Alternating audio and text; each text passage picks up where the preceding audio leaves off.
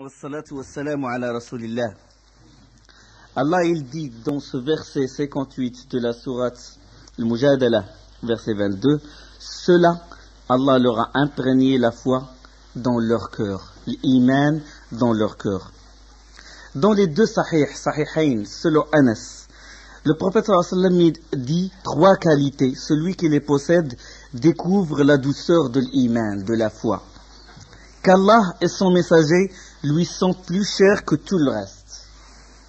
Le premier degré. Ah, voilà l'alliance. Hein? Le wala, lillah subhanahu wa ta'ala. La deuxième chose, quand il aime quelqu'un, qu'il ne l'aime que pour Allah. Ah, l'alliance complète maintenant. L'alliance avec Allah, avec le prophète sallallahu alayhi wa sallam et avec les croyants. Il n'aime la personne que pour Allah. Pas parce que il profite de lui ou... Et la troisième, qu'il lui répugne. Voilà, une négation maintenant. Une négation. Il n'aime pas, il déteste. Qu'il lui répugne de retourner à la mécréance après qu'Allah l'en a sauvé, comme il lui répugne de se voir jeter au feu. Donc ça c'est l'écartement, le désaveu. Il lui répugne de retourner à la mécréance. Il lui répugne de refréquenter de nouveau les mécréants et de vivre leur vie, de se réunir avec, partager avec lui les joies et le chacun, etc. Il lui répugne tout ça, la mécréance. Jusqu'à quel point? Après qu'Allah l'en a sauvé, comme il lui répugne de se jeter au feu. Ça veut dire si on lui donne le choix, soit de se jeter au feu, ou bien de rester, ou de tomber dans la mécréance, il va choisir le fait de se jeter dans le feu plutôt que de rentrer dans la mécréance. Donc ça c'est un hadith qui explique l'alliance et l'écartement. Et il dit subhanahu wa ta'ala, oui, Allah leur a imprégné l'iman ou la foi dans leur cœur et les a soutenus par un esprit de lui. Il les a soutenus parce qu'ils l'ont aimé, d'accord? Et il les a admis dans des paradis sous lesquels coulent des ruisseaux, des rivières et où ils vivront éternellement. Des paradis, parce qu'il n'y a pas qu'un seul paradis, il y a beaucoup de paradis. Coulent des rivières. Les rivières, elles sont décrites aussi dans un autre verset de sourate Muhammad où Allah subhanahu wa ta'ala dit مثل الجنة التي وعد المتقون فيها أنهار من ماء غير آسن وأنهار من لبن لم يتغير طعمه وأنهار من خمر لذة للشاربين وأنهار من عسل مصفى ولهم فيها من كل الثمرات ومغفرة من ربهم ويقول سبحانه وتعالى كمن هو خالد في النار وسوقوا ماء حميما فقطع أمعاءهم. Allah subhanahu wa ta'ala il décrit les rivières, il dit voici la description du jardin dont les pieux, les prémunis ont reçu la promesse. Et il y a là des ruisseaux d'une eau jamais malodorante, et des ruisseaux de lait au goût inaltérable, et des ruisseaux de vin, délices des buveurs, et des ruisseaux de miel épuré. Ils y ont dans tous les fruits, avec l'indulgence plénière de leur Seigneur. Et puis Allah il dit serait-ce comme de s'éterniser dans le feu, on leur donne à boire d'une eau bouillante, leurs entrailles en sont déchirées. Dans le sourate 47 et le verset 15. Dans beaucoup de versets quand Allah il parle de l'enfer ou du paradis, il parle directement de l'enfer. C'est le style de comparaison. D'accord? Targhib wa tarhib. Il fait peur et puis après il te fait aimer le paradis, il te fait peur il te fait craindre l'enfer.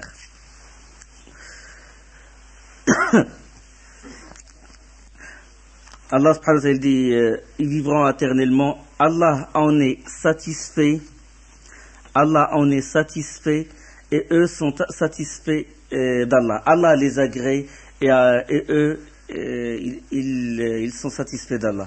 Ils sont membres du parti d'Allah et ce parti d'Allah est le seul qui prévaut et est digne de réussite. C'est ça le parti d'Allah, pas le parti d'autrui, pas notre groupement. C'est ça le parti d'Allah où il y a l'alliance, l'amour d'Allah et l'écartement des ennemis d'Allah. Il y a le hadith من أرضى الناس بسخط الله سخط الله عليه وأسخط عليه الناس. Dans un hadith sahih, celui qui cherche la satisfaction des gens en dépit de la colère d'Allah, celui qui cherche la satisfaction des gens, malgré la colère d'Allah, Allah se met en colère contre lui et met ces gens-là, et met les gens en colère contre lui. Subhanallah. وَمَنْ أَسْخَطَ النَّاسِ, celui qui met les gens en colère pour satisfaire à Allah, Allah, il l'agrée, il est satisfait de lui, il fait que les gens soient satisfaits de lui. D'accord? Donc c'est une règle aussi dans le da'wah. Il y a des gens qui veulent rapprocher, veulent réunir les gens, ils veulent les appeler à l'islam et les réunir, mais qu'est-ce qu'ils font? Les moyens qu'ils utilisent ne plaisent pas à Allah. Ils utilisent des moyens qu'Allah n'agrée pas. Donc ils cherchent la satisfaction des gens et en même temps ils déplaisent à Allah. Allah, qu'est-ce qu'il fait? Il se met en colère contre eux, il met les autres en colère contre eux. La suite, le Cheikh rahimahullah, il dit: "I'lam arshadaka Allah li ta'atihi anna al-hanifiyya millata Ibrahim an ta'budu Allah wahdahu mukhlishan lahu ad-din." Il dit: apprends aussi, puisse Allah te guider vers son obéissance. Quel hanifiyya, ils l'ont traduite par la croyance droite et juste de Ibrahim consiste à adorer Allah seul et unique et être fidèle à sa religion exclusivement. Ce sont les prescriptions d'Allah à tous les êtres humains et c'est la raison pour laquelle il les a créés. Ainsi Allah a dit, le Très-Haut: وَمَا خَلَقْتُ الْجِنَّ وَالْإِنسَ إِلَّا لِيَعْبُدُونَ. Je n'ai créé les djinns et les humains que pour qu'ils m'adorent. Maintenant, apprends qu'Allah puisse te guider vers son obéissance. Après l'ilm, il y a la guidée d'Allah subhanahu wa ta'ala. Donc il a dit apprends, on a parlé de l'ilm, on a parlé de Al-Hanifiyya. Quel Hanifiyya? On dit Hanif, Ibrahim et Hanif. Le Hanifiyya c'est quoi? Le Hanifiyya, Hanif, c'est un mot qui a deux sens opposés. Deux sens, et les deux sens sont opposés. Hanif veut dire chemin droit et chemin dévié, chemin incliné. Deux choses, comme par exemple, comme as'as, en langue arabe, ça veut dire la tombée de la nuit et la sortie de la nuit. Hein? Il y a des mots en arabe qui ont deux sens opposés, comme zanna. Zanna veut dire être sûr et veut dire douter. Inni zanantu anni mulaqin hisabiya. Je suis sûr, zanant, que je vais rencontrer mon Seigneur, que je vais être jugé. Donc, il y a des mots en arabe qui portent deux sens et les deux sens sont opposés. Al-Hanifiyya, Hanif, voie droite et voie courbe. D'accord. Voie droite et voie courbe. Donc, les savants, ils ont réuni ces deux sens qui sont opposés. Voie droite et voie déviée. Il a dit, Hanif, ça veut dire droit vers Tawhid, vers l'unicité, et dévié par rapport à l'association. Dévié par rapport au shirk. Droit vers l'unicité et dévié par rapport à l'association, à shirk. D'accord? Al-Hanifiyya. Allah, il dit, subhanahu wa ta'ala, Inna Ibrahim kana ummatan qanitan lillahi hanifa wa ma kana min al-mushrikin. Ibrahim était un guide. Umma, ça veut dire imam. Ça veut dire imam, guide. Il était soumis à Allah, il était hanif. Hanif, voué exclusivement à lui, et il n'était point du nombre des associateurs. Ça veut dire hanif, il est droit vers l'unicité et il est dévié par rapport au shirk. Et Allah a demandé au prophète sallallahu alayhi wa sallam de suivre la voie de Ibrahim. ثم أوحينا إليك أن اتبع ملة إبراهيم حنيفا وما كان من المشركين. Puis nous t'avons révélé, suis la religion d'Ibrahim qui était Hanif et n'était point du nombre des associateurs, dans le verset 16, dans la sourate 16, sourate Nahl, et le verset 123. Et Allah subhanahu wa ta'ala dit ومن أحسن دينا ممن أسلم وجهه لله وهو محسن واتبع ملة إبراهيم حنيفا. Quoi de plus beau en religion que de soumettre sa face à Allah, outre le bel agir et suivant la religion de Ibrahim, le Hanif. D'accord?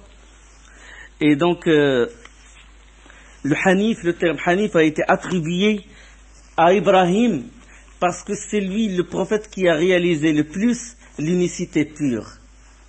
D'accord, il a voulu sacrifier son fils pour Allah. Il a combattu même son propre père. Il a subi beaucoup de choses, on l'a jeté dans le feu. D'accord, donc c'est lui qui a réalisé l'unicité pure. D'accord.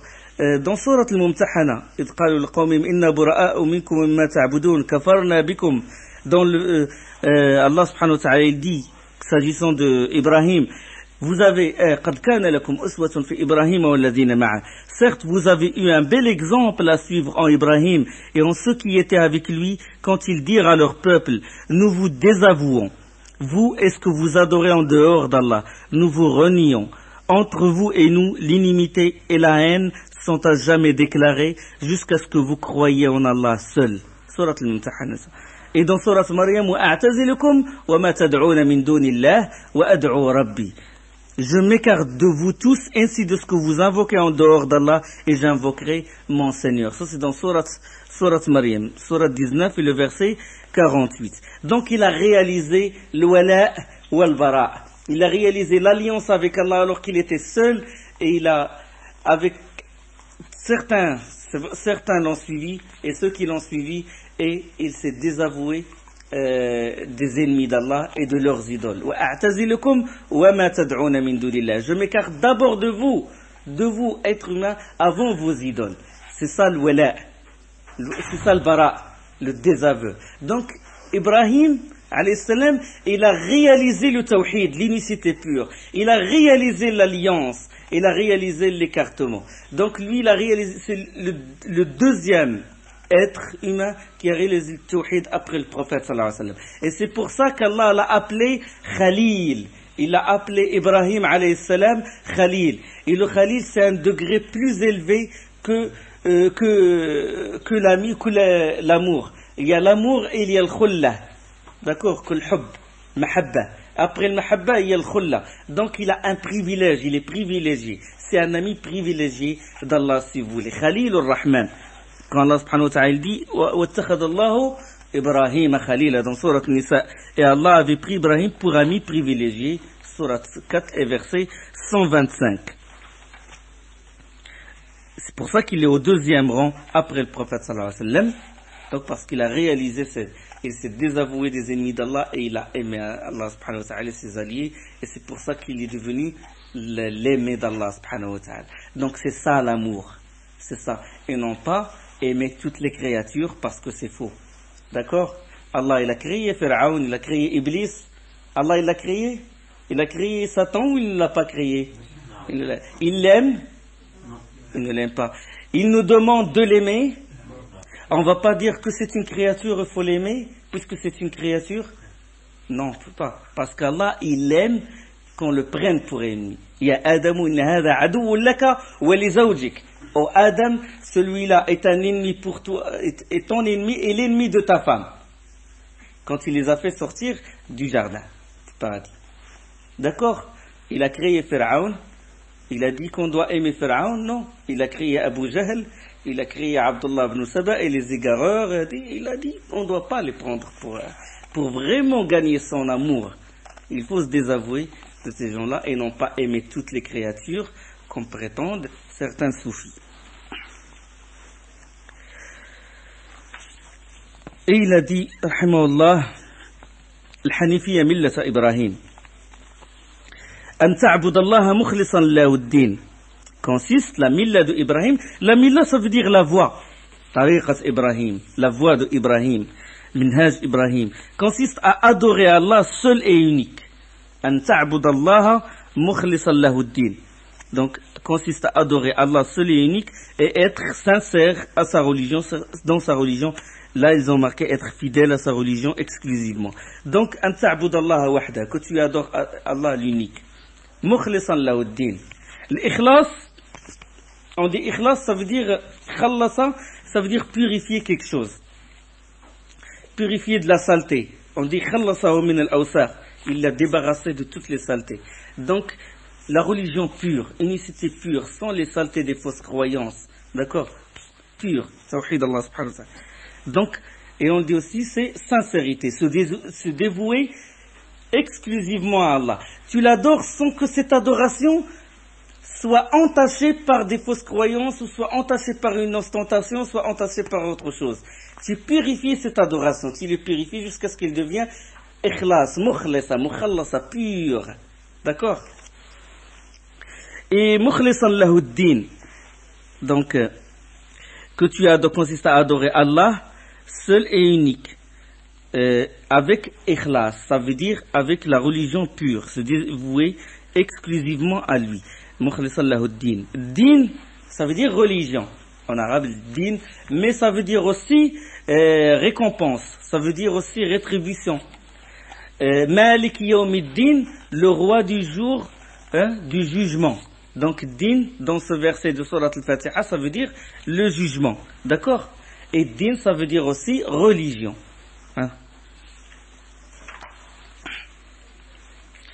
Et il dit, rahimahullah, بذلك أمر الله جميع الناس وخلقهم لها كما قال تعالى وما خلقت الجن والإنس إلا ليعبدون.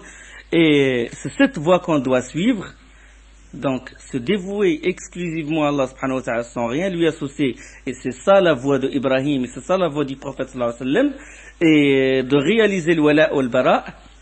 Et il a dit, la suite, il a dit, ce sont les prescriptions d'Allah à tous les êtres humains, et c'est la raison pour laquelle il les a créés. Donc tout ça, c'est la raison pourquoi il les a créés, c'est pour réaliser ça, pour l'aimer, pour se rapprocher de lui par les bonnes œuvres, et pour se désavouer de ses ennemis. C'est ça ce qu'il veut de nous. Ça veut dire l'adorer. C'est la raison pour laquelle il nous a créés. وَمَا خَلَقْتُ الْجِنَّ وَالْإِنسَ إِلَّا لِيَعْبُدُونَ. Je n'ai créé les djinns et les humains et les êtres humains que pour qu'ils m'adorent. Surat 51, le verset 56. La suite du verset, ما أريد منهم من رزق وما أريد أن يطعمون إن الله هو الرزاق ذو القوة المتين. Il a dit, subhanahu wa ta'ala, je ne cherche pas d'eux une subsistance, et je ne veux pas d'eux qu'ils me nourrissent. Ayut'aimun. Donc Allah n'a pas besoin de nous, subhanahu wa ta'ala. C'est nous qui, antum al-fuqara, c'est nous qui ont besoin d'Allah. Allah il dit, antum al-fuqara, ilallah. C'est nous. Allah subhanahu wa ta'ala nous a pas créés pour agrandir le nombre, son nombre, ou pour il demande de nous quelque chose, il demande de nous qu'on l'adore. Il n'a pas besoin de nous qu'on l'aide ou qu'on l'assiste ou quoi que ce soit, comme dans le hadith, le fameux hadith de Abi Dharr Jundub ibn Junad, le hadith Qudsi qui est dans le Bukhari, où Allah subhanahu wa ta'ala dit Ya ibadi, innakum lan tablughu durri fatadurruni. Allah il dit, ô mes serviteurs, vous n'arriverez jamais à me nuire ou m'être utile si vous cherchez à le faire. Subhanahu wa ta'ala, il n'a pas besoin de nous. Ya ibadi law anna awwalakum wa akhirakum wa insakum wa jinnakum كانوا على أتقى قلب رجل واحد منكم ما نقص ذلك في ملكي شيئا. Subhanahu wa ta'ala. Il dit, ô mes serviteurs, على أتقى ما زاد ذلك في نعم على أتقى قلب رجل واحد منكم ما زاد ذلك في ملك شيئا. Ô mes serviteurs, si les hommes et les djinns du premier au dernier étaient aussi pieux que celui du cœur le plus pieux d'entre eux ou d'entre vous, cela n'ajouterait rien à mon royaume. يا عبادي لو أن أولكم وآخركم وإنسكم وجنكم كانوا على أفجر قلب رجل واحد منكم ما نقص ذلك من ملك شيئا. Ô mes serviteurs, si les hommes et les djinns du premier au dernier étaient aussi pervers que l'est celui d'entre vous, au cœur le plus pervers, cela ne diminuerait rien en mon royaume.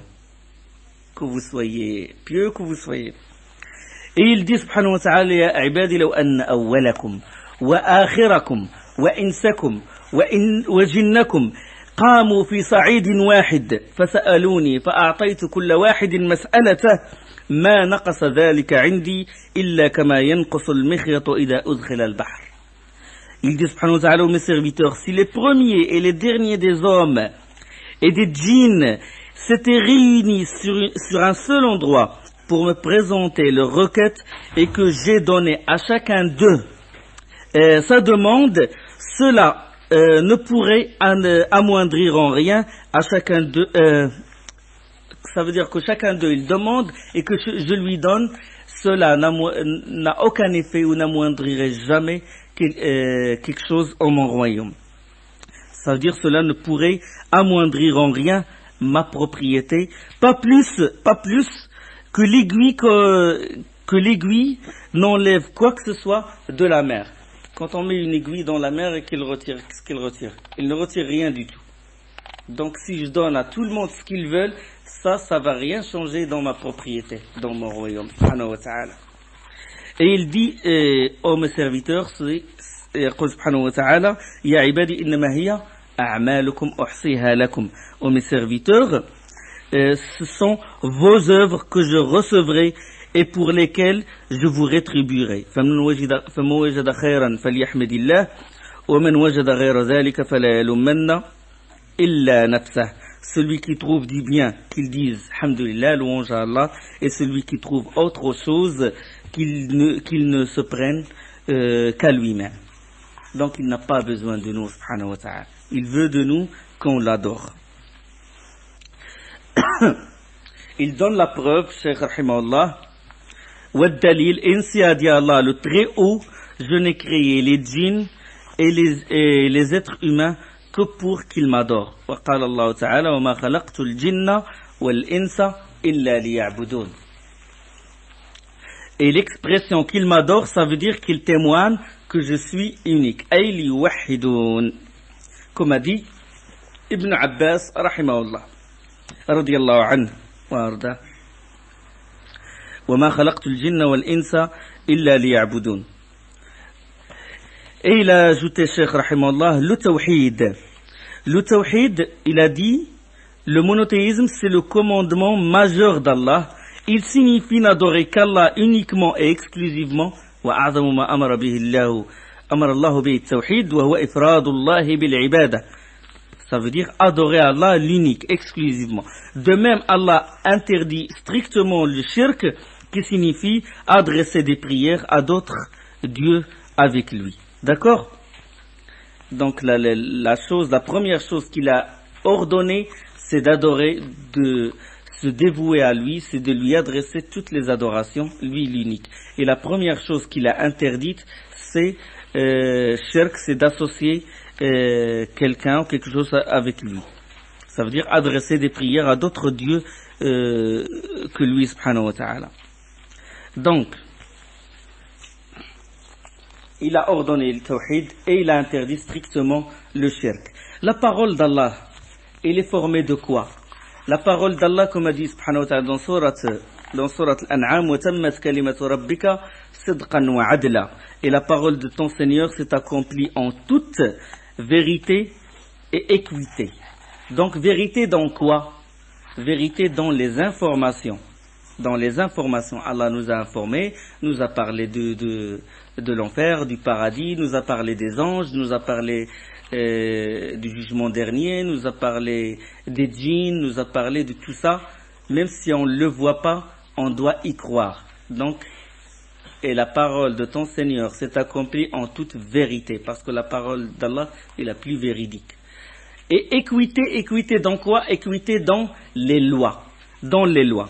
Donc, vérité dans les informations, équité dans les lois. Et les lois, c'est quoi? C'est des ordres et des interdits. Fais ça et ne fais pas ça. Donc, le premier ordre, c'est tawhid. L'unicité.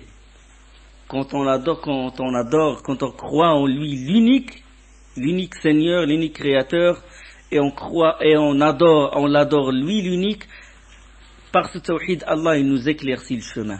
Il nous éclaircit, il nous épargne une chose, l'éternité en enfer. D'accord? Parce que c'est le muwahhid, même s'il a fait des péchés, Allah, il le sortira de l'enfer. Et il le met au paradis, avec le tawhid. Il se peut qu'avec le tawhid, il rentre directement, avec la miséricorde d'Allah, il rentre directement au paradis éternel. L'unicité, l'importance de l'unicité. il t'éclaircit le chemin, t'épargne l'enfer. Après la miséricorde d'Allah, le tawhid, il absout les péchés. Il enlève les péchés. L'unicité d'Allah, il absout les péchés. Il te fait rentrer déjà dans le groupe sauvé. C'est l'une des choses qui te fait rentrer dans le groupe sauvé, qui est sauvé des ambiguïtés, des innovations, et qui va être sauvé dans l'au-delà. Et il te met avec les prophètes, avec les véridiques, avec les martyrs. L'unicité, c'est la base fondamentale. Et on distingue. Là, j'ai fait la classification nouvelle de l'unicité parce que au premier cours, j'ai parlé un peu de la classification d'Ibn al-Qayyim, rahimahullah, et j'ai remarqué que beaucoup ne l'ont pas vraiment saisi. Donc, tawhid, on distingue trois sortes de tawhid. Il y a le tawhid de rububiyyah, d'accord? Rububiyyah ou la seigneurie. Ça veut dire que c'est l'unicité de croire qu'il est unique dans sa création, qu'il est le seul créateur et le seul qui administre, qui gère tout, et que le seul roi, subhanahu wa ta'ala, al-mulk, wal-khalq, wa-tadbir, c'est l'unicité dans la royauté, dans le tadbir, dans la gérance, dans l'administration, le contrôle de l'univers, et dans la royauté, je l'ai dit, création, royauté et gérance ou administration. Donc ça, c'est l'unicité de Rububiyyah, Tawhid al-Rububiyyah. Parce que Rububiyyah, on va l'expliquer après, dans les paroles du Cheikh. Rububiyyah, ça vient de Rabba, éduquer. Rabba, élever ses enfants, hein, les éduquer. Donc essayer, les éduquer, ça veut dire que s'ils ont, les élever, que s'ils sont malades, tu essaies de les soigner. S'il fait froid, tu les couvres, tu leur donnes des vêtements chauds, etc. S'il fait chaud, tu leur enlèves leurs vêtements et tout. Donc, tu les nettoies, etc., etc. Et donc, ça c'est Tarbiya. Allah subhanahu wa ta'ala, il est notre Rabb. Donc, il fait tout ça. D'accord? Il fait que la température ne dépasse pas une certaine degré pour qu'on ne meure pas de sécheresse, pour qu'on ne meure pas de déshydratation. D'accord? Il fait qu'il ne baisse pas, qu'il ne soit pas moins de 80 ou pour qu'on ne meure pas de froid. D'accord? La rotation terrestre, il fait que la Terre elle ne tourne pas d'une vitesse plus grande, sinon à cause de la force centrifuge, on va voler. Et il fait aussi qu'il ne soit pas aussi lente pour que les mers ne débordent pas sur la Terre, etc. Donc, le Soleil, une certaine distance, une atmosphère, on est protégé par cette atmosphère. Donc, il fait Rububiyyah, Tarbiya, il nous élève. D'accord? Comme le fermier, il a les poussins, il ne veut pas qu'ils meurent, donc il met une certaine température, il ne doit pas dépasser et tout. Donc, Allah, il fait ça. Donc, ça, c'est Rububiyyah. Donc, on dit, il est unique dans tout ça. D'accord? Il est unique dans sa royauté, dans sa création et dans l'administration, dans la gérance, si vous voulez, de l'univers. D'accord? Il fait ça pour nous. Donc ça c'est Rububiyyah, l'unicité de Rububiyyah.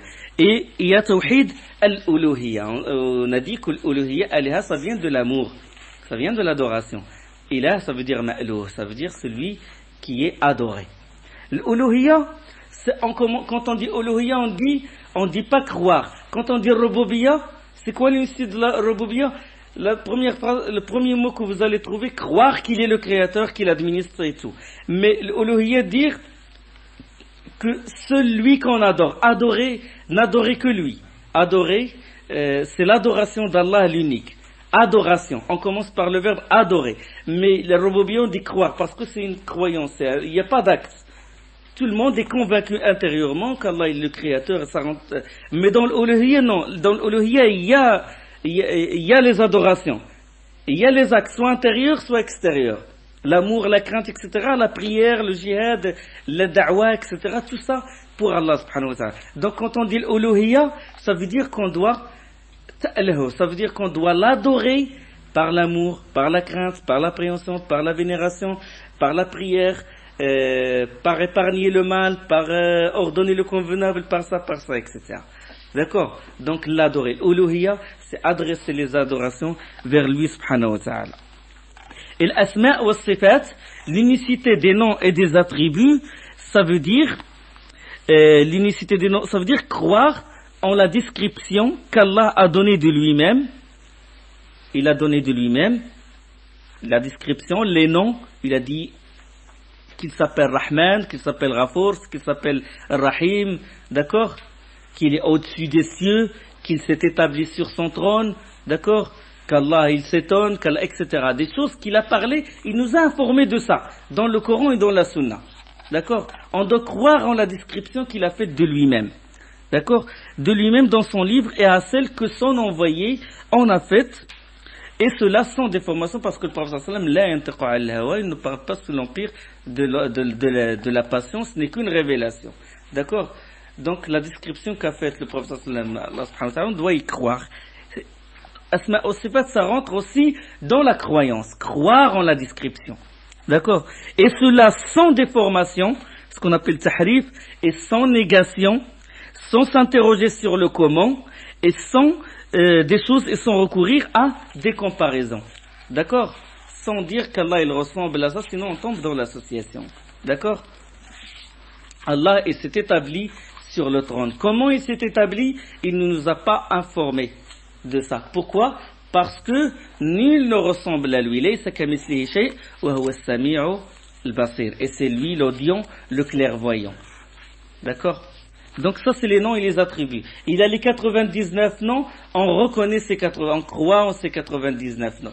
Et il a des attributs, Allah il se met en colère, oui, il a dit, Radiballahu alayhim, il se met en colère. Allah il nous a informé qu'il se met en colère contre les mécréants, etc. Nous on croit qu'Allah il se met en colère. Et on ne dévie pas dans le sens. On ne dit pas, il se met en colère, ça veut dire qu'il veut châtier. On ne change pas le terme. Allah, Radib, il s'est mis en colère. Allah, il se réjouit, ça ne veut pas dire qu'il veut récompenser. Il y a des gens, ils veulent dire, Allah, il se réjouit, ben le sens, ça veut dire vouloir récompenser. Non, mais nous, on sait qu'Allah, il se réjouit vraiment comme il veut, subhanahu wa ta'ala. Comment? Allah ne nous a pas informés, d'accord? Bon, ça a besoin de détails quand même. De toute façon, le premier, Tawhid al-Rububiyyah, bon, certains majous sont tombés dans le shirk de Rububiyyah, etc. Concernant l'Uluhiyya, ça c'est ce qui a fait l'adversité entre les croyants et les kuffars. Et concernant les noms et les attributs, ça, les sectes ont dévié là-dessus. D'accord? Ça c'est l'adversité entre les gens de la Sunna wal Jama'a et les autres sectes. Donc ça c'est le premier ordre. Le premier interdit, l'interdiction majeure, c'est le shirk. Shirk, ça veut dire associé à Allah. Et le mushrik, s'il ne s'est pas repenti, il est en enfer éternel. Il est en enfer éternel. Le shirk, après l'association, Allah ça y est. Il ne voit pas les autres œuvres. Après l'association, toutes les œuvres vaines n'ont aucune valeur. وَقَدِمْنَا إِلَى مَا عَمِلُوا مِنْ عَمَلٍ فَجَعَلْنَاهُ هَبَاءً مَنْثُورًا.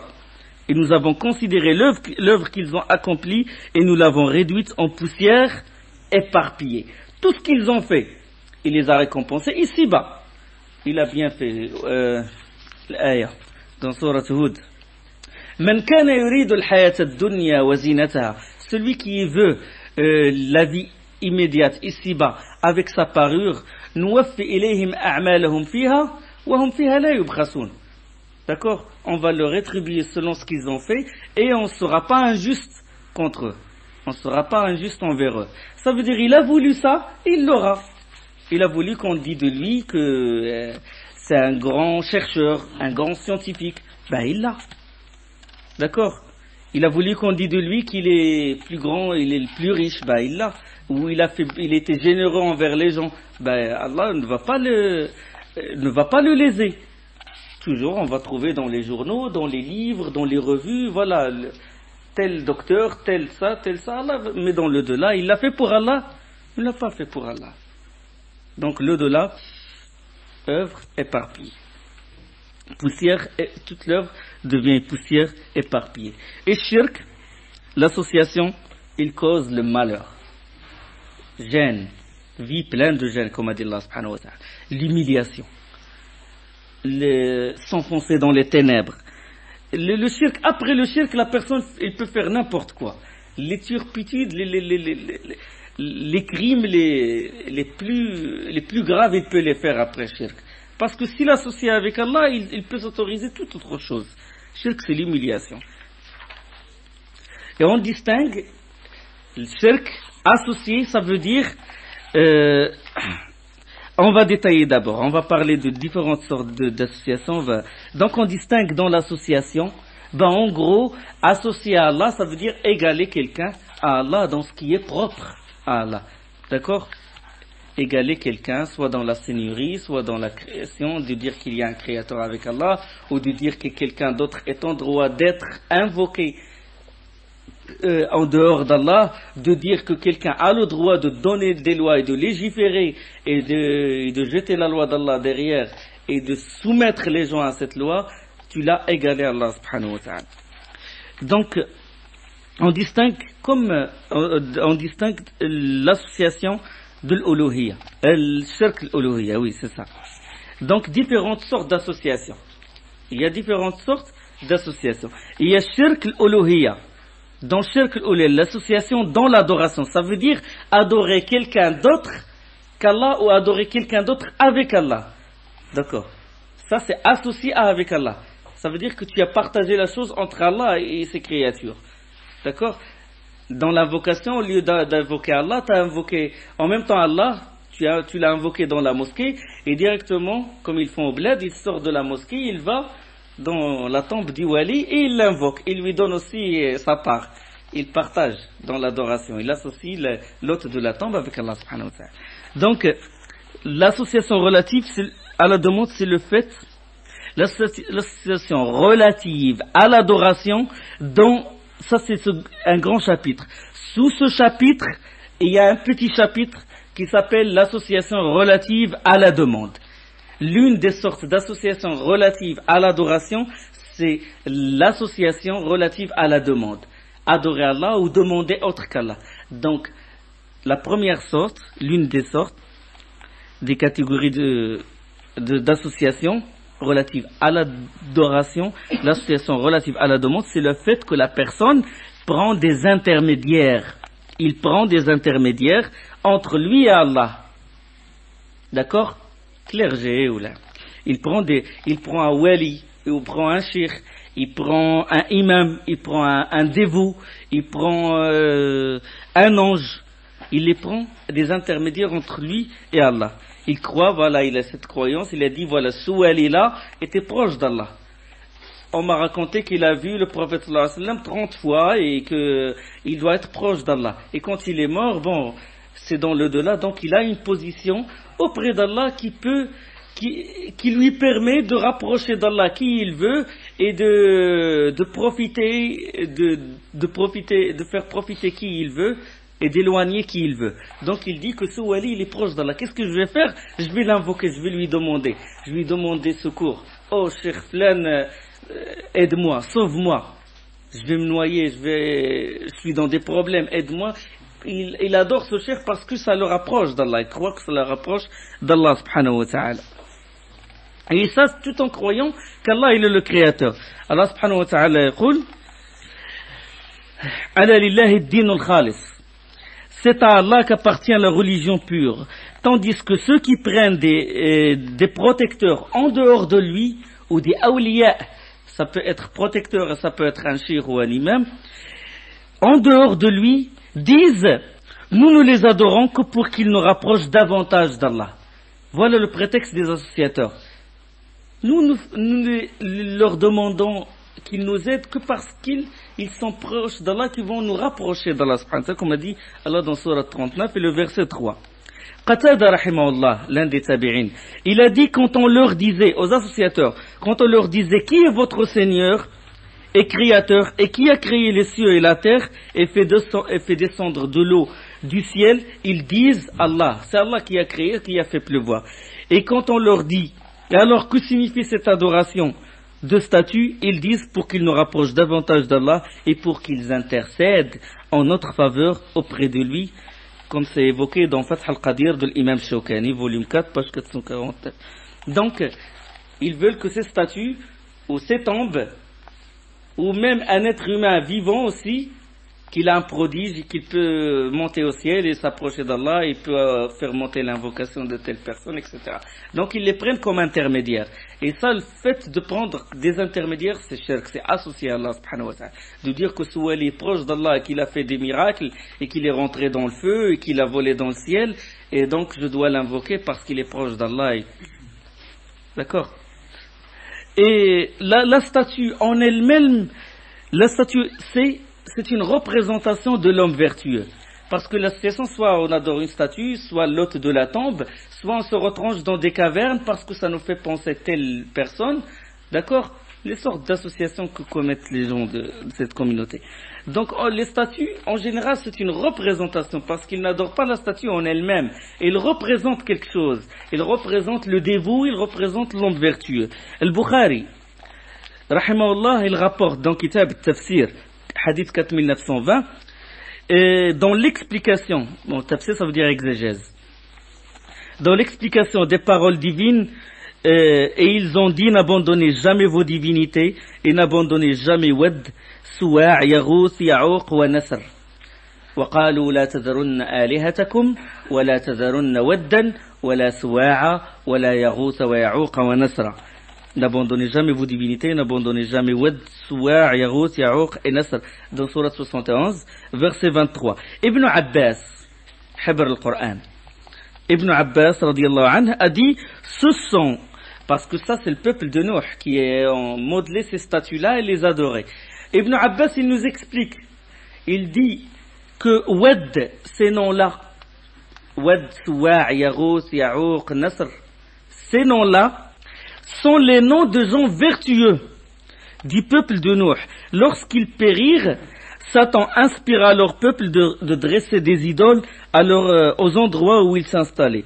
Ils leur donnèrent les noms de ces hommes-là. Il a représenté la statue, il a dit: voilà Wad, voilà tel homme vertueux, Suwa', voilà Yaghouth. Ils les ont modelés pour se rappeler d'Allah. Parce qu'une fois il va voir la statue, il dit: ah, subhanallah, t'as vu ce dévot-là, qu'est-ce qu'il a fait comme bonne œuvre, ça va m'encourager d'adorer Allah encore davantage. D'accord? Et il leur donnait les noms de ces hommes. Ils s'exécutèrent, mais les idoles ne furent pas adorées. Ça veut dire qu'au début, ils les ont fait juste pour se rappeler de ces gens-là, de ces dévots-là, mais génération après génération, Ibn Abbas a dit jusqu'à ce que ceux-ci périrent et le savoir fut oublié et ces statues furent adorées. Les générations, quand il n'y a plus de science, il n'y a pas quelqu'un qui ordonne le convenable et qui interdit le blâmable et qui prêche la vérité, les gens ils ont dit: nos ancêtres ils n'ont fait ça que parce qu'ils croient parce que ces gens-là ils les rapprochent d'Allah, donc on les adore. Ils les ont pris comme intermédiaires et vous connaissez le résultat, le déluge, le châtiment ici-bas et dans le delà. Mimma khati'atihim ughriqu fa udkhilu nar. À cause de leur péché, de leur shirk, ils ont été noyés et ils sont rentrés directement en enfer. C'est-à-dire, juste après qu'ils soient noyés, Allah les a fait rentrer en enfer. Donc, la statue peut représenter un être humain. Et il peut représenter autre chose. Il peut représenter des étoiles. Il peut représenter les étoiles comme une sorte de shirk, l'association où sont tombés le peuple de Ibrahim. Le peuple de Ibrahim est tombé dans ce genre d'association. Ils représentaient les étoiles. Ils disent que les étoiles sont près d'Allah et qu'on peut les invoquer et qu'ils peuvent faire monter l'invocation et qu'ils peuvent nous secourir. D'accord? Et c'est ce genre, et ils croient aussi, bon, quand ils les adorent et les invoquent, ils leur demandent ce qu'ils veulent, ils leur font des vœux à ces étoiles-là et ils les représentent dans des statues. Ils ont dit qu'ils ont un effet sur notre vie. Ils ont un effet sur notre vie, sur notre avenir, sur notre progéniture. D'accord? Donc on les invoque, peut-être qu'ils nous donneront quelque chose. D'accord? Ils peuvent ramener le malheur, ils peuvent ramener le bonheur. Et c'est ce genre de shirk qui est à l'origine de l'astrologie. D'accord? Que les constellations ont un effet sur la vie des hommes. D'accord? Cette constellation ça montre que je vais vivre le chagrin, que je vais avoir des problèmes dans mon bureau, que je vais me séparer de ma femme, comme vous voyez toujours dans Paris Match, la télé, partout. Il enracine ce faux dogme dans le cœur des gens. Il l'enracine. Shirk de Qawm Ibrahim. D'accord? Donc, évitez de connaître même le signe, ça n'existe pas. Signe de scorpion, etc. Ça, il ne faut pas s'intéresser à ça. Attention, parce que ça touche à l'association. Parce que tu dis, je suis de tel signe, etc., que ce signe a un effet, que cette constellation a un effet sur ma vie. D'accord? Et là, ça te pousse à associer avec Allah subhanahu wa ta'ala. Et eux, ils savent. Donc, il ne faut pas être allié intellectuellement avec eux. Donc, on est revenu à Tawhid.